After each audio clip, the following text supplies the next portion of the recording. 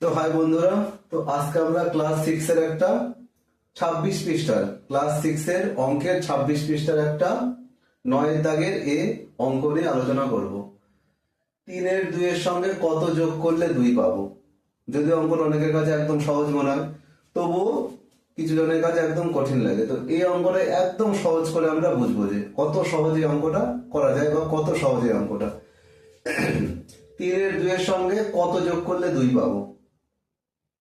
তো এখানে 3 এর 2টা দিয়ে গন্ডগোল করে দিয়েছে, তাহলে এখানে কি আছে 2। তাহলে এই 3 এর 2 এর জায়গায় যদি আমরা ভাবতাম, ধরো এখানে যদি লেখা থাকতো 1 এর সঙ্গে কত যোগ করলে 2 পাবো। কত? 1 এর সঙ্গে ঠিক কত যোগ করলে 2 পাবো। একদম সহজ উত্তর মুখে মুখে হয়ে যায় যে 1 এর সঙ্গে 1 যোগ করলেই তো 2 পাবো। উত্তর কত হলো? 1। যে 1 এর সঙ্গে 1 যোগ করলে আমরা 2 পাবো। কিন্তু এই অঙ্কেতে এই 1 উত্তরটা কি করে পাবো? এই 1 উত্তরটা অঙ্কের মাধ্যমে কি করে হবে? এটা তো উত্তর, ঠিক আছে, একদম সঠিক যে 1 এর সঙ্গে 1 যোগ করলে 2 পাবো। কিন্তু এই 1টা কি করে পাবো?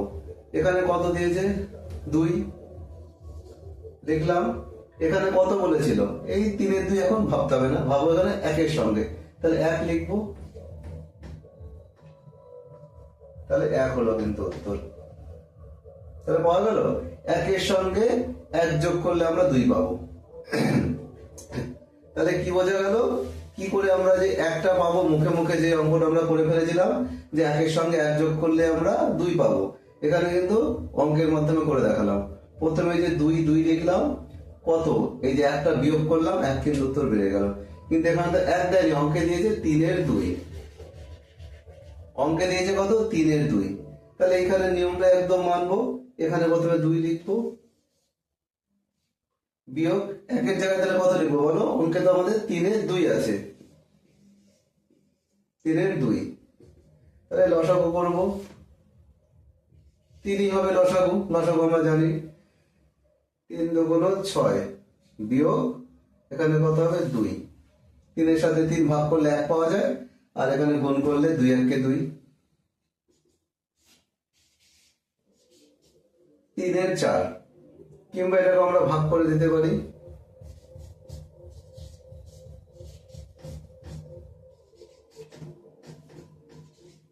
কিংবা 1 পূর্ণ 3 এর 1। তাহলে উত্তর পাওয়া গেল 3 এর 2 এর সঙ্গে 3 এর 4 কিংবা 1 পূর্ণ 3 এর 1 যদি আমরা যোগ করি, তাহলে আমরা 2 পাবো। ঠিক আছে? তাহলে একদম সহজ উত্তর। এই 2টা আগে 2টা প্রথমে লিখতে হবে, কখনোই কিন্তু 3 এর 2 বিয়োগ 2 লেখা যাবে না। প্রথমে যেমন দেখেছি 2 লিখবো, এখানে 2, 1 এর বদলে কত লিখবো? 3 এর 2। ঠিক আছে? তো এই করে কিন্তু অঙ্কটা আমরা একদম সহজে করে ফেলতে পারি। এর বদলে কি ভাবতে হবে? প্রথমে 1 ভাবতে হবে, করে নিতে হবে। তারপরে এরকম করে 2 থেকে 3 এর 2 বিয়োগ করলে অঙ্ক সঠিক হবে। কিন্তু এখানে একটা ব্যাপার হলো, অঙ্কটা তো আমি করে দিলাম যে 3 এর 4 যোগ করলে 2 পাবো। আমি মাস্টার বলে করে দিলাম বলে অঙ্কটা সঠিক? কি প্রমাণ আছে যে অঙ্কটা সঠিক? আমার কাছে কি প্রমাণ আছে যে অঙ্কটা সঠিক?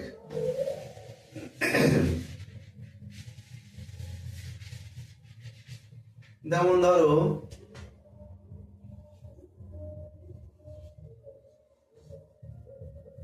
3 এর থেকে 1 বিয়োগ করলাম, উত্তর হলো 2। ঠিক আছে? তো উত্তর তো হলো 2, একদম সঠিক। কিন্তু যে 2 যে উত্তরটা সঠিক হলো, এর কি প্রমাণ আছে যে 2 অঙ্কটা সঠিক?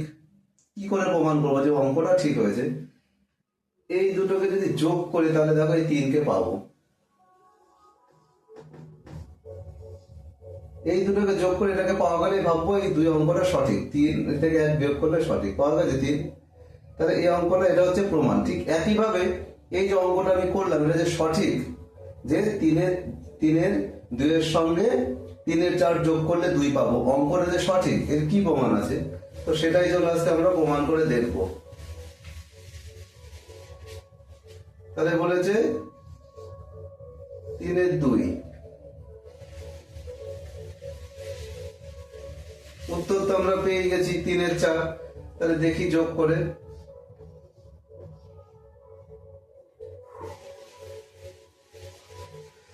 তাহলে বলেছি 3 এর 2 তিনের সঙ্গে 3-এর 4 আমাদের উত্তর বেরিয়েছিল, 3-এর 4 যোগ করলে 2 পাবো। দেখি 2 পাওয়া যায় কিনা।